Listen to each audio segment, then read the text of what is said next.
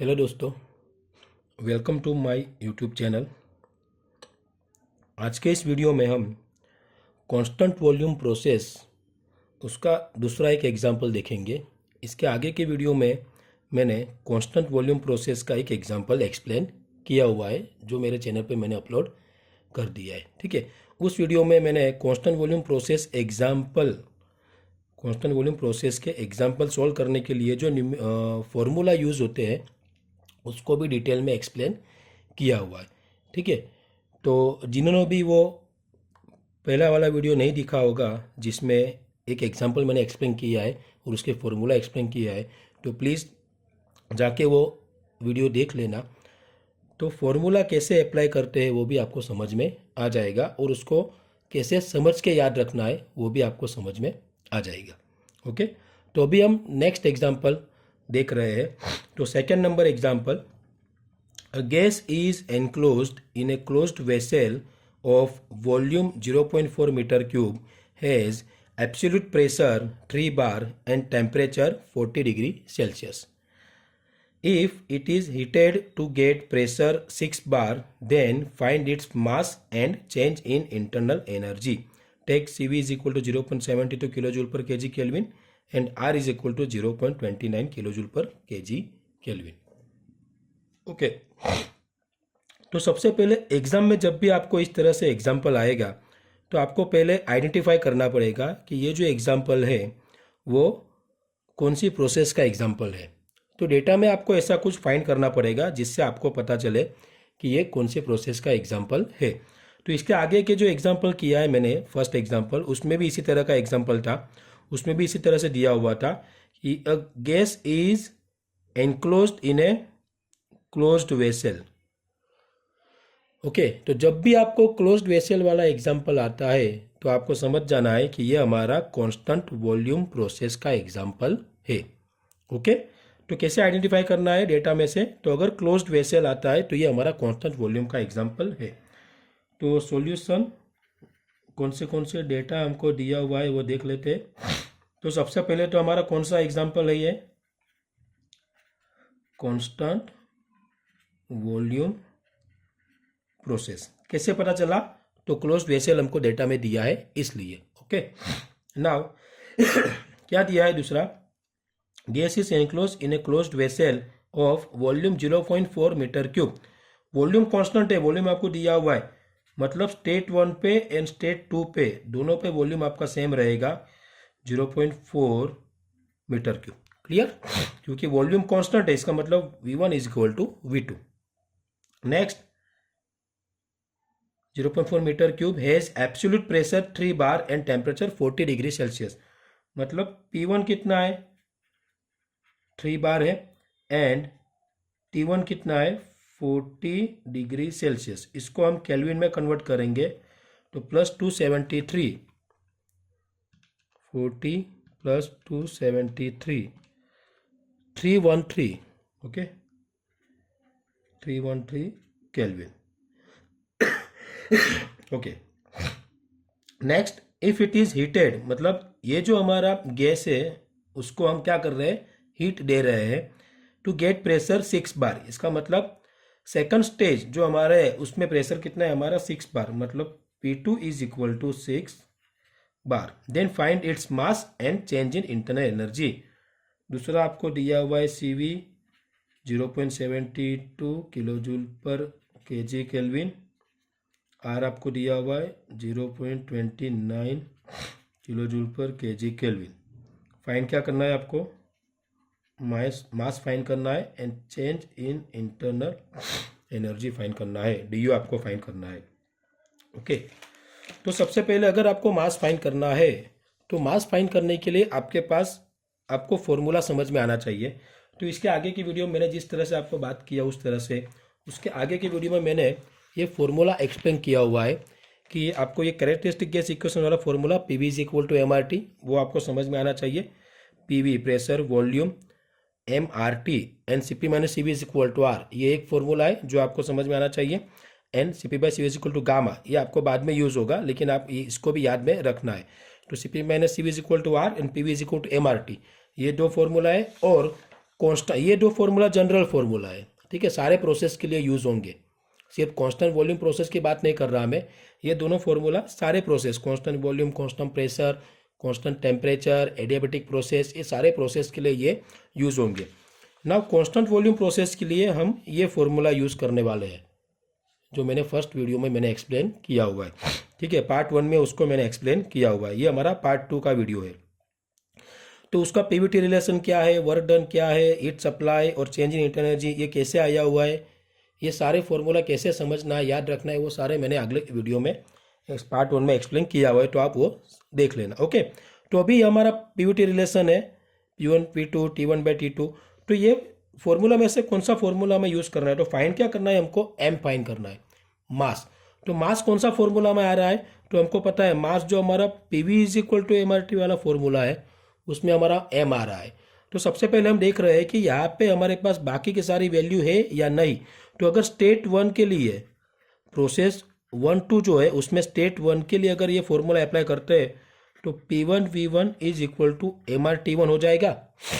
Okay, अगर state 2 के लिए अप्लाई करते हैं तो P2V2 is equal to MRT2 होगा, लेकिन हम स्टेट 1 के लिए बात करें तो P1V1 is equal to MRT1। तो P1 हमारे पास है, तो P1 हमारे पास है, V1 है तो V1V2 दोनों है हमारे पास, R तो R भी दिया हुआ है और T1 भी हमारे पास है, तो मतलब P1 V1 R ने T1 सारी चीज़ हमारे पास है, तो हम क्या फाइंड कर सकते हैं, M फाइंड कर सकते हैं। लेकिन एक बात, जब भी आप PV is equal to MRT formula use करते हो, अप्लाई करते हो, तो एक बात आपको याद रखनी है कि यहाँ पे P जो है वो P का यूनिट आपको आएगा kilo newton per metre square में।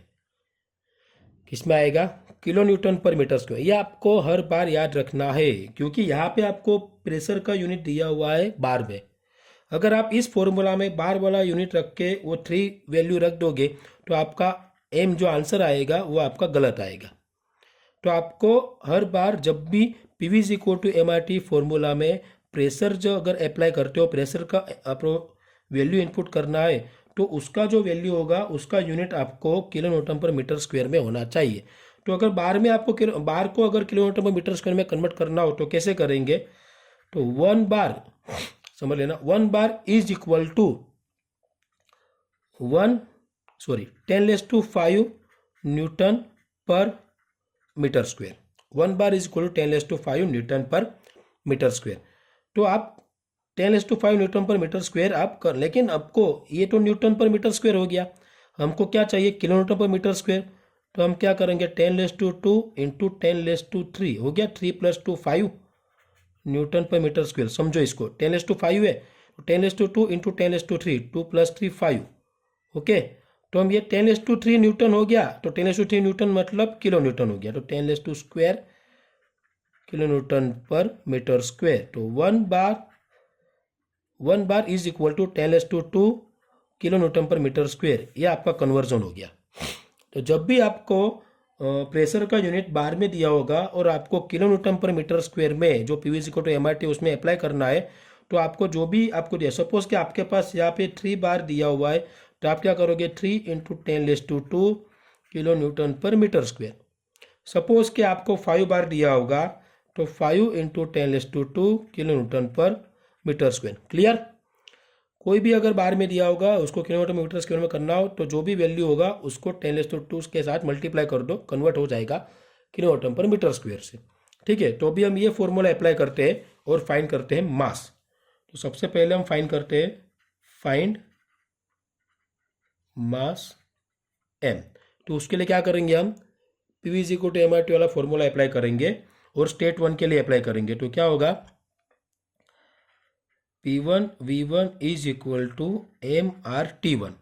ओके, तो इसमें m हमको फाइंड करना है, बाकी की वैल्यू हम साइड पे लेके जाएंगे। तो P1V1 divide by RT1 is equal to m। तो यहाँ पे वैल्यू इनपुट करेंगे P1, तो यहाँ पे हम क्या कर देंगे, P1 जो हमारा है वो 3 into 10⁻² kilo newton per metre square.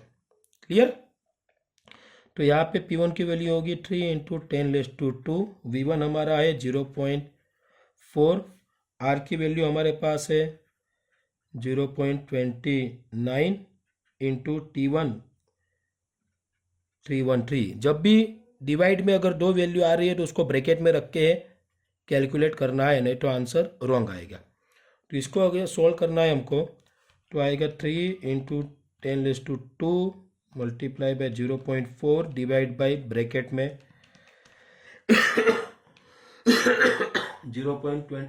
0.29 into 313।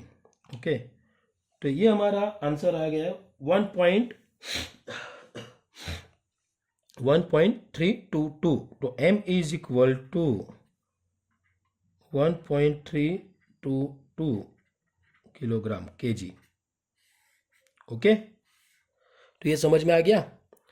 P1 V1 MRT1 P1 V1 m value input कर दो, P की वैल्यू किलोवाट पर मीटर स्क्वायर में इनपुट करनी है, तो m हमारा आंसर आ गया।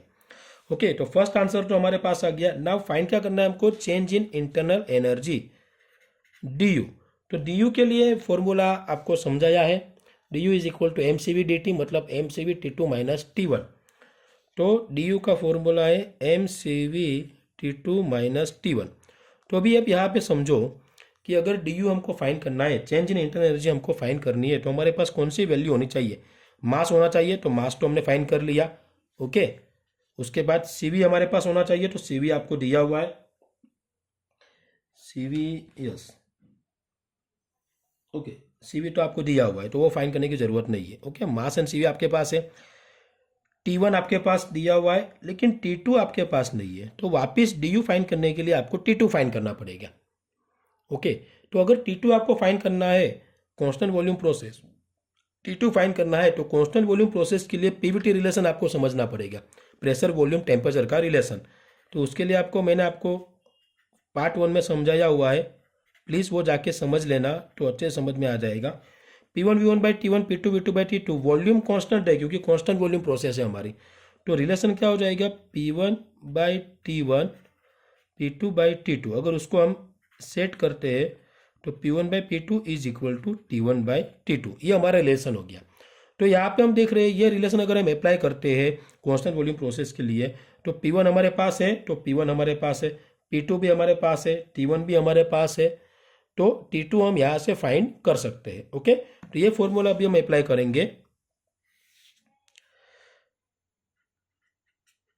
P1 by P2 is equal to T1 by T2। Okay, तो अगर T2 फाइंड, पहले वैल्यू इनपुट करते, अभी देखो ये जो हमारा फॉर्मूला था PVMRT, तो इसके लिए प्रेशर का यूनिट किलोन्यूटन पर मीटर स्क्वायर में इनपुट करना था, ठीक है, लेकिन यहाँ पे तो प्रेशर का रेशियो ही है, तो इसमें आपको किलोवाट पर मीटर स्क्वायर में कन्वर्ट करने की जरूरत नहीं, दोनों का यूनिट सेम होना चाहिए। तो या तो फिर आप P2 को भी कन्वर्ट कर दो, तो आप ये रख सकते हो किलोवाट पर मीटर स्क्वायर, तो डिवाइड में भी इसको भी 6 × 10⁻² किलोवाट पर मीटर स्क्वायर में कन्वर्ट कर सकते हो, लेकिन आपको बार में ही रखना है, तो दोनों का यूनिट बार में होना चाहिए। तो ये क्या करेंगे, हम इसको कन्वर्ट नहीं कर रहे, हम यहाँ पे P1 3 बार और P2 6 बार ले रहे। समझ में आ गया? कंफ्यूज नहीं होना है कि यहाँ पे आपकी वैल्यू 3 × 10⁻² किया हुआ है और यहाँ पे 3 लिखा हुआ है, क्योंकि यहाँ पे आपका प्रेशर का रेशियो है, यहाँ पे दोनों का यूनिट सेम होना चाहिए, तो हमने दोनों का यूनिट बार में ही रखा हुआ है, इसलिए 3/6 किया हुआ है। ठीक है, यहाँ पे 3 बार लिया, यहाँ पे भी 6 बार लिया, लेकिन यहाँ पे कंपलसरी प्रेशर का unit kilo newton per metre square में होना चाहिए। ठीक है, इसलिए हमने उसको कन्वर्ट करके इनपुट किया हुआ है। टेम्परेचर कितना है हमारे पास, 313 डिवाइड बाई T2 को यहाँ पे लेके जाओ तो वहाँ पे चला ऊपर चला जाएगा, ये 313, अगर 6 को इक्वल टू के उस साइड पे लेके ऊपर जाएगा, ये 3 नीचे आ जाएगा। ठीक है, तो इसको अगर हम सॉल्व करते हैं 313 इंटू 6 डिवाइड बाई 2, तो 939। ओके,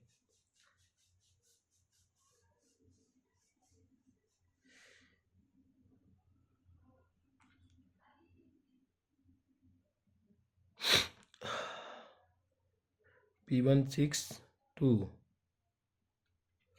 कुछ तो गड़बड़, divide by 2, sorry divide by 3 है। ओके, क्योंकि इतना ज़्यादा टेम्परेचर नहीं होना चाहिए, क्योंकि ये तो 313 है, तो ये तो 3 गुना टेम्परेचर हो गया, तो 313 multiply by, okay divide by 3 है, मैंने 2 किया था। Okay, 626 kelvin. Okay, clear. तो टेम्परेचर हमको मिल गया। टेम्परेचर मिलने के बाद वापस हम change in internal energy find करने के लिए उसका फॉर्मूला अप्लाई करेंगे। तो now second one,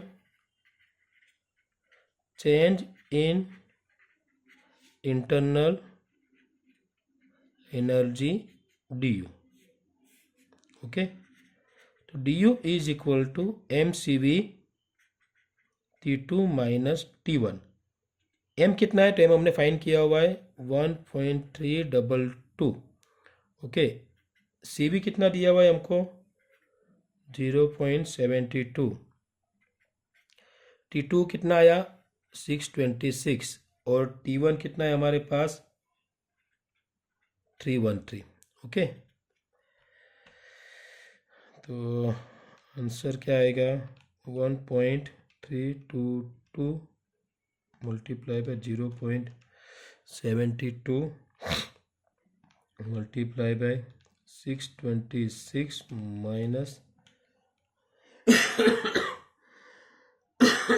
313 equal to 297.92 297.92।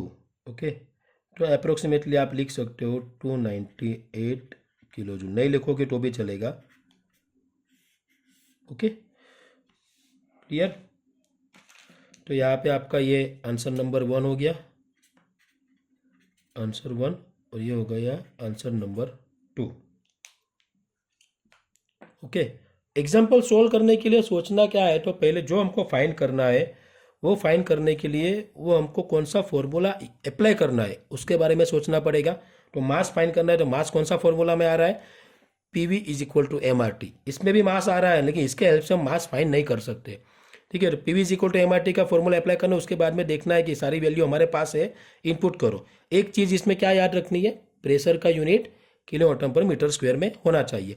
उसके बाद क्या फाइंड करना है DU, तो DU का फॉर्मूला आपको याद होना चाहिए और वो अप्लाई करने के बाद आपको देखना है कि M आपके पास होना चाहिए, CV होना चाहिए, T2 एंड T1 होना चाहिए। तो ये हमारे फॉर्मूला में हमारे पास M था, CV था, T1 था, लेकिन T2 नहीं था, इसलिए हमको पता चल गया कि T2 फाइंड करना पड़ेगा। तो T2 फाइंड करने के लिए जब भी कोई प्रॉपर्टी फाइंड करनी हो तो उस प्रोसेस का PVT रिलेशन आपको याद रखना है। तो PVT रिलेशन अप्लाई कर दो, तो सारी वैल्यू हमारे पास है। तो हम T2 फाइंड किया, T2 की वैल्यू यहाँ पे इनपुट कर दो। इसमें मैंने आपको बोला उस तरह से कंफ्यूज नहीं होना है। प्रेशर का यहाँ पे रेशियो दिया है, इसलिए हमने बार में रखा हुआ है, किलो एटम पर मीटर स्क्वायर में नहीं लिया, लेकिन कंपलसरी इसमें किलो एटम पर मीटर स्क्वायर में प्रेशर होना चाहिए, इसलिए यहाँ पे प्रेशर को हमने बार को किलो एटम पर मीटर स्क्वायर में कन्वर्ट किया है। तो ये हमारा मास एक आंसर हो गया और change in internal energy second answer. Okay, तो यहाँ पे हमारा सेकेंड एग्जाम्पल कंप्लीट हो रहा है। नेक्स्ट वीडियो में हम कांस्टेंट वॉल्यूम प्रोसेस का ही थर्ड एग्जाम्पल देख लेंगे। Okay, thank you.